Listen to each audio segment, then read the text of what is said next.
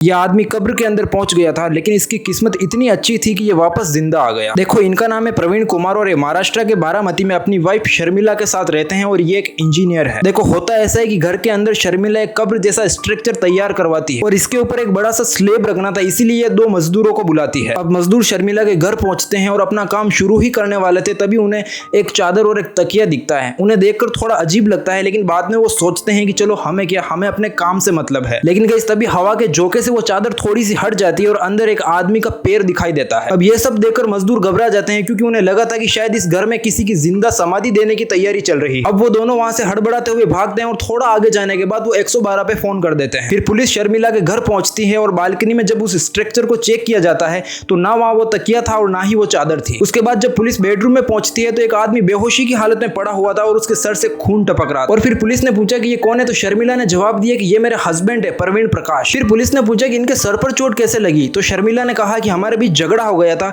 इसीलिए मैंने इनके सर पर बेट मार दिया। फिर पुलिस उन्हें हॉस्पिटल ले जाती है और 2 दिन बाद उन्हें होश आता है और वो पुलिस को बताते हैं कि मुझे कुछ भी याद नहीं है, मुझे बस इतना सा याद है कि मेरी वाइफ ने मुझे सर पर बेट मारा था और उसके बाद मैं बेहोश हो गया। फिर पुलिस ने जब शर्मिला से पूछताछ की तो शर्मिला ने बताया कि उसने प्रवीण को जूस में नींद की गोली मिलाकर दी थी और जब प्रवीण पूरी तरह से नींद में चला गया तो उसके सर पर 3-4 बार बेट मारा और शर्मिला को लगा कि शायद वो मर चुका है। और कब्र का स्ट्रक्चर पहले से ही तैयार था, तो शर्मिला ने प्रवीण को जैसे तैसे उस कब्र में उतार दिया। लेकिन जब कब्र के ऊपर ये बड़ा स्लेब रखने का टाइम आया तो ये स्लेब शर्मिला से उठा ही नहीं, इसीलिए शर्मिला ने 2 मजदूरों को बुलाया और उन्हीं 2 मजदूरों ने शर्मिला का पूरा प्लान फेल कर दिया। गाइस, जरा सोचो, अगर उस वक्त हवा नहीं चलती और चादर के नीचे प्रवीण का पैर उन मजदूरों को नहीं दिखता तो शायद ये बात यहीं दफन हो जाती।